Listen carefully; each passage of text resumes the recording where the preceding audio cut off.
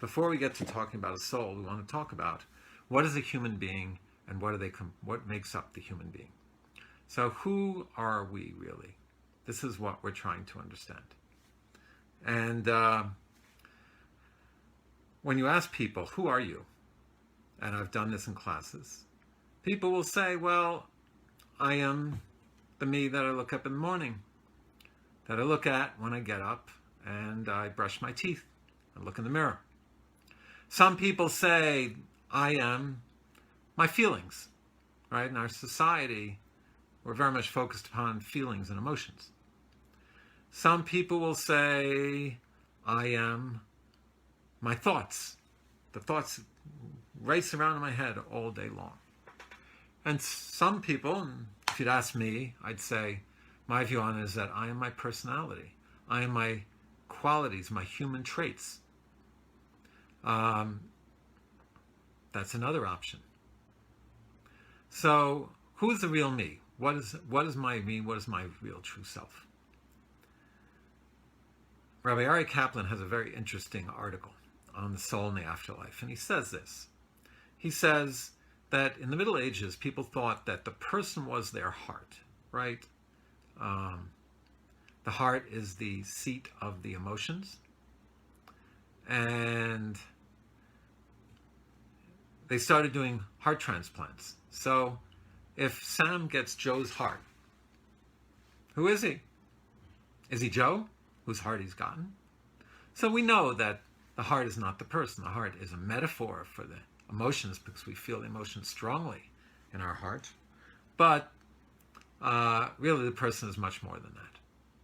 So then Rabbi Kaplan asks, well, what if I could take all the data in a person's head, take all the memories in a person's brain, and transfer them? What if Sam got all of Joe's memories? We wiped out his hard drive, downloaded Joe into Sam. Who would he be? Would he be the Sam that he wakes up and sees in the morning? Would he be the Joe whose memory he now has?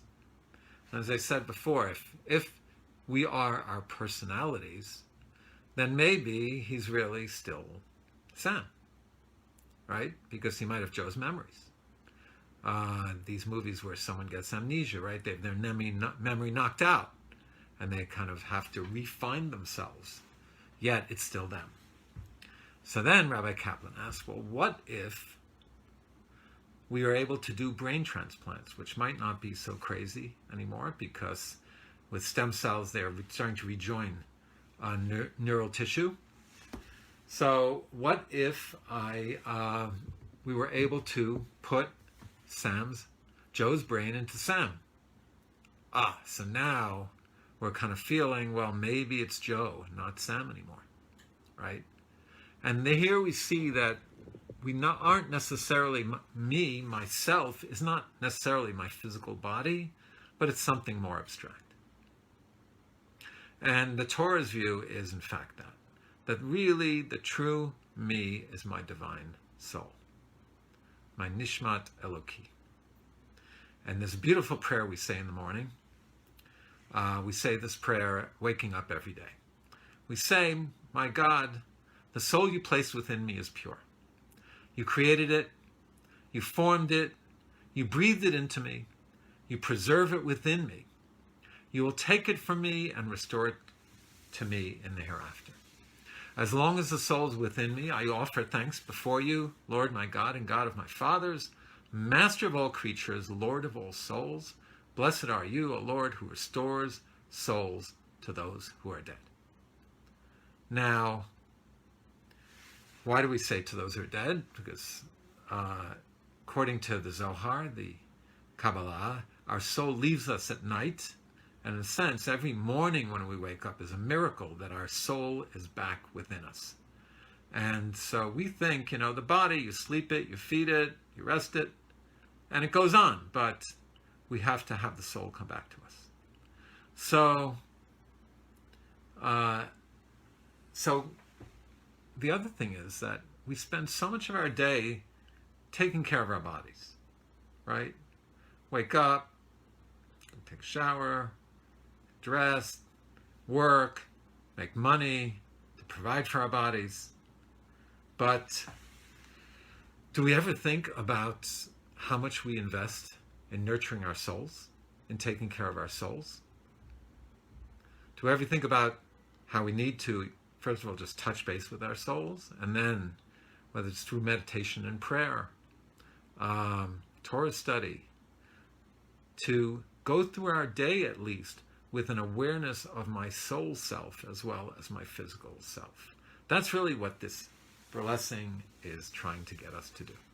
But before we really figure out how to do that, we have to figure out what is the soul. So at the beginning of Genesis, it says God took from the dust of the earth, and then he formed man, and he breathed into man the breath of life, and Adam became a living being. V'yipach ba'apiv nishmat chayim. We'll see that word neshama again. Neshima is breath.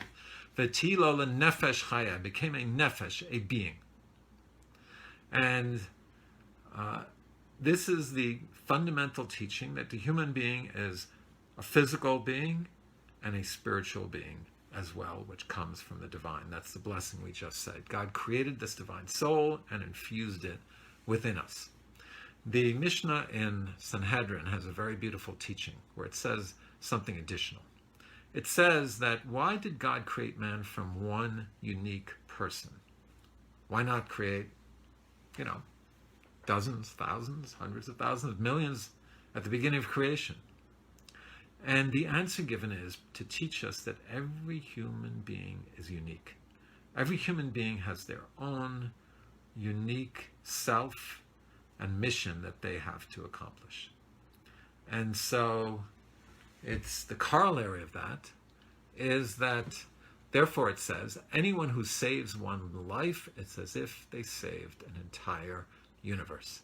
Bibi Netanyahu recently quoted this about Israel's outlook on fighting the coronavirus. And he said, every human being is precious, and we're going to do everything to make sure that everyone is safe and taken care of. And we can proudly say that Israel only had 260 some deaths from the coronavirus, from a country of over 9 million. So the soul is what's unique within us. That much we know already. But what else? What more is there about it? And in order to know how to live with our souls, and through our souls, we have to understand the soul. So according to the Kabbalah, there are 5 parts to the soul. There is the nefesh, which is the life force, or the animal soul. That's the lowest part. There is and we'll go through each one of these again, explaining them. There's the ruach, which you could translate as the spirit. Ruach literally means wind. These are the emotions, the spirit, the higher sensitivities, and free will. There is the nishama, which is the divine soul, from the word nishima, the breath of God within us. This is the part of us that yearns for transcendence, yearns for meaning, the part of us that's purely good, and that is good and pure. So those are the first 3 levels. The 4th and the 5th are the chaya and the yechida. The chaya is the universal energy connection, and the yechida is the connecting to the unity of all. And the chaya and yechida we don't really talk about because they, in a sense, we don't really consciously have connection to the chaya and the yechida. They're there connecting us to higher spiritual realms, but we don't have awareness of them. And the challenge with the soul is that it's abstract, right? Like, how do I, get a grip on it? How do I conceive of it? So in the Victorian era, it's very interesting. They were very into the parapsychology, the mystical. They would have seances, and they tried to measure the soul. So they would measure a person who was about to die right before. Then the person would pass away, and they would immediately measure them after to prove that their soul had left. And of course, they didn't come up with much because We don't view that the soul is a physical thing. It's a metaphysical being. And to understand it better, let's go back through the 3 levels of the soul and try to understand how they make up ourselves and who we are. So the nefesh, if we said the 3-part system, first of all, sounds very reminiscent of another Jewish thinker who presented man as 3 parts: the id, the superego, and the ego. And that's none other than Sigmund Freud, who, interestingly enough, had a very complicated relationship with Jewish tradition. He wrote a book called Moses and Monotheism, where he kind of rejected the divine higher source of the Torah and viewed it as a human-made work. But interestingly enough, his father apparently studied Talmud, and it's probably no coincidence that in the Talmud there are pages and pages of dream interpretation. Of course, the linchpin of Freud's psychological system. And also, the Torah has a 3-part system of psychology, 3-part makeup of the human being. And so we see the parallels. The id, the physical body, the nefesh; the superego, the conscience, the neshama; and the ego mediating between the two. So let's look at each one. So nefesh. Nefesh means to rest. In the end of the Kiddush on Shabbat, we see V'yom hashvi Shabbat vayi nafash, and God rested. So the nefesh is the part of it that really just wants to rest, just wants to go to sleep, just wants to be left alone. And it's the part of us that also, though, drives us to maintain our physical self, right? In a sense, it just wants to go to sleep. That's what Freud called the will to death, right? It wants just daiquiris by the beach, leave me alone in front of my TV, couch potato, surfing online, whatever it is. I just want to space out and forget myself. Sometimes the nefesh does have the drive to self-preservation, so it'll push us to to take care of our physical self. It'll push us to make sure we're fed and comfortable.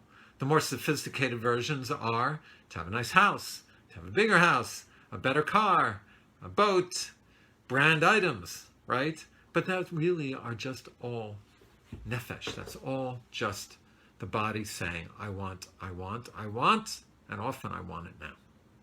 And it's also the selfish part of us, the part of us that's a taker and not a giver, and is just looking to satisfy ourselves. So that's the nefesh. That is the life force. And an animal also has a nefesh. An animal also has these drives to eat and procreate and have sexual pleasure, physical pleasure. The lower drives power over others. That's all part of the nefesh. Okay, now we come to the ruach. Ruach, as I said, literally means the wind, but we translate it more as the spirit, right? It's a part of the person that has some higher dimension, the emotions, our personality, psyche, the aesthetic sense, right? Kind of that is touched by beautiful music, and not just appreciating its beauty, but we're moved by it, we're transported by it. And the problem, though, with the ruach, with the wind, is that it doesn't have substance. It just gets blown around. So the emotions can be very fickle. The personality can be strong, or it could not be. But sometimes the wind does blow what's around it. And so potentially the ruach is us taking control of our free will and directing our lives. So it does have that potential if we actualize it. A very interesting teaching by Rabbi Shimshon Raphael Hirsch who lived in Germany, mid-1800s. And he talked about, when he talked about the Ruach, he said, the aesthetic sense, which of course was, this was the height of the Enlightenment in Germany, the arts, culture, all of these dimensions. And what he talked about was how the aesthetic can elevate a person and help them to come closer to God. It can inspire them. It can lead them towards transcendence. But he said, it's not, as I said before, it's not anchored. And just as easily, the emotions, even the personality, can be turned to serve the desires of the body. And of course, he was very prescient because 50 years later, Nazi Germany, which was the height of culture in Europe, turned into the height of brutality and the height of animalism. So, that's a word, probably not a word. But animal drives being pushed to their ultimate. Okay, and predatory drives being pushed to their ultimate, and the will to death being pushed to its ultimate. So we have to draw on something else, and that something else is the neshama, and that is the divine soul. That's the part of us that's eternal. That's the part of us which lives on into the next world. Now, neshama comes from neshima, which is breath. Okay, which is why is it the metaphor breath? Because is the divine soul God? Is it us? Is it the godly within us? So Rabbi Aryeh Kaplan, once again, and by the way, anyone's interested in Kabbalah, it's definitely, he's the address to start with. He has several books, If You Were God, articles, on Soul in the Afterlife, and his real book on Kabbalah is Inner Space, which is kind of an introductory primer.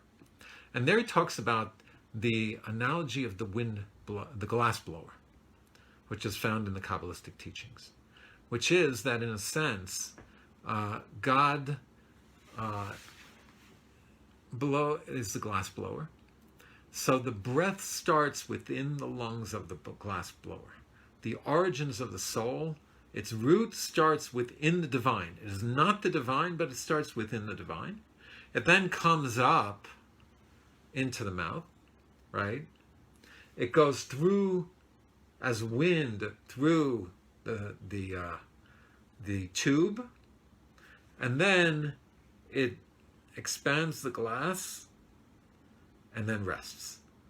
So neshima, the breath, that's the divine soul, goes through the tube, that is the spirit, the wind, and then it rests into the glass, that is the nefesh, the life force. And so the neshama, the divine soul, does have its root in the divine. And the rabbis, you have an expression, chelek elokim mimal, a portion, an aspect of the divine from above. It is an aspect of the divine, but not God. And that's the part of us. So what is it? That's the part of us that desires to do good, that desires to be a giver. That's the part of us that is seeking meaning. Years ago when I took a year off and traveled around the world, so I remember I got to this beach, I hiked across the island of Crete and got to this beach that you couldn't get to. There were no cars. You could only get there by boat, or if you were crazy, hiking across mountains for 2-3 days without water, carrying all your water. And I remember getting there and lying on the beach and like, this is it. This is paradise, beautiful Aegean, white beaches. You lie there for a day, read a book, it's great. Second day, got a little fidgety, go in the water, come out of the water, read the book. By the third day, that's it, I gotta move on. And why? Because while, the pleasures for the body are enjoyable, they don't have purpose and meaning. And ultimately, they can only provide a counterfeit currency for what we're really, really looking for. And that is to seek meaning, to make a difference, to connect to that which is above us and greater than us. You see, once again, we think you can just feed the body, rest it, clothe it, and everything will be fine. But, health care professionals will tell you that they have patients who, first of all, they know when they're on their way out of this world. They can just tell. They tell you this person is going to die. And we'll talk more about that next week. But then they also say there was nothing physiological that really turned dramatically worse. I just saw they gave up the will to live. They stopped wanting to live. And so that really shows us that there's more than just the physical body. There's a will to live that we have to connect to. And that will to live is connected not just to the physical pleasures, not just to the instinct to survive, but has to be connected to something greater and something more than ourselves, right? So that is the neshama, the divine soul. And, sometimes, remember once I was leaving the synagogue and there was this survivor, old gentleman, so was in New York, who was there. And every morning, must have been in his early 90s, nice man. And I had a very tight schedule that day. I was at services, cut out right after, bolting out the door. Just then, he's walking out. I try to go around him. Rabbi, you walk me to the bus station. I'm like, oh no, this is going to take like 15 minutes. I don't have time for this. Got so much to do. Stopped. Took a deep breath and said, okay, we're going to do this. And it was only 2 blocks. Took about 15 minutes. But I got to hear about life in pre-war Europe, about some of his experiences surviving. Like I was giving him a moment in his day that he could share himself with someone else. And that day I felt great. I felt like I'd really made a difference in someone's day. That is a real soul pleasure. Those are the true soul pleasures. And that's not the fake currency, because, shopping therapy might make you feel good a little bit for a little while, but it doesn't really give you a sense of meaning and a sense of deep satisfaction. And so it happens is that we're in a state of struggle. We're pulled in 2 directions. We're pulled by the nefesh, by the life force, by the animal soul, to focus upon our bodies, to listen to the needs of our bodies, to be driven by our bodies, whether it's food, whether it's sex, whether it's laziness. And we know if we just follow that, it's not going to lead to real satisfaction. But we let ourselves get bought by the immediate pleasure. And the problem is also that the body has more pizzazz, right? The pleasures of the body hit us more in a kind of in a powerful way. The pleasures of the soul are much more subtle, much more deep. We have to tune into them to really feel them and to appreciate them. And so often we lose the battle, but the goal is to win the war. And our soul really deep down does want to be connected to meaning.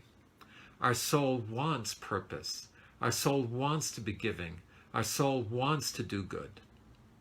And you see this in a child. You see both sides in a child, right? A child is all about its needs. It cries, it wants to eat, it's uncomfortable, it wants to eat now, it whines, it wants the lollipop. Yet at the same time, a child can be very pure. A child has, first of all, a pure love. You get a hug from a 2-year-old, there's nothing like it. And a child at 3, 4 years old will start asking meaningful questions about what are we doing here? And why is the sky blue? And where is Hashem? So at the same time, you have this drive, purely physical, and you have this purity of the soul shining through. And so we're pulled in both directions. and we want to zombie out. We're listening to the counterfeit currency of the physical pleasures and of laziness, and yet at the same time, deep down, we know that will not get us to where we need. And so our ruach, our free will, has to, in a sense, play quarterback between the two. And so the Torah's approach is not to simply say, I have to snuff out the body, I have to eradicate the body, I've got to shut it out completely, because the Torah doesn't want us to just go off to an ashram and meditate. The goal is to get, because ultimately long term, for most people that will not work. And vows of celibacy, of abstinence, most people will not last. So the Torah's strategy is to kind of get the soul, to get the body to go along with the program of the soul. And how do we do that? So it's like when we give the child a candy to come to synagogue. Okay, it's a little more sophisticated. But the Shabbat, the day of spirituality, is the day when we're supposed to get dressed up in our nicest clothes, not to impress others, but to feel a sense of dignity. We're supposed to eat our best food on Shabbat, not to stuff our faces, but to enjoy the pleasure of God's world, for our lives to feel enhanced and uplifted and enjoy. And it's the day for married people to have intimate relations, because sex is something to be enjoyed and celebrated in a context which has meaning and purpose. So the goal in the Torah is to take the physical drives of the body and to co-opt it for a higher purpose. And the analogy given is the horse and the rider, right? If you're not a good rider, sometimes the horse just takes over, starts to gallop. I remember when I was younger and it was raining and I had this whole rain gear on with this rain hood. You remember the yellow rubber rain things? And the horse just started taking off and the thing was falling over my eyes. I was terrified. And the horse takes control. But really the goal is to pull in the stirrups, pull in the bit, and to if you can get the horse in control and focused and listening to orders, it's so much more powerful than just walking on our own. So that's the analogy, is to get the body behind the meaning and purpose of the greater things in life. And so, yes, it's good. It's okay to have a profession and make money. But is it just to serve myself, or do I have higher goals? Do I have a goal to support a family and children? Right? Europe has given up on that, right? 1.6 children because it costs too much, and I'd rather just focus on me, on myself. Or do I have a greater purpose? I can give charity with it. I can have a nice home to give hospitality to people. There's so much we can do with our physical lives. By the way, one of my teachers did say, but there are times where you do have to simply suppress certain physical drives. Now, Freud said if you suppress the physical drives, you'll wind up with psychological issues.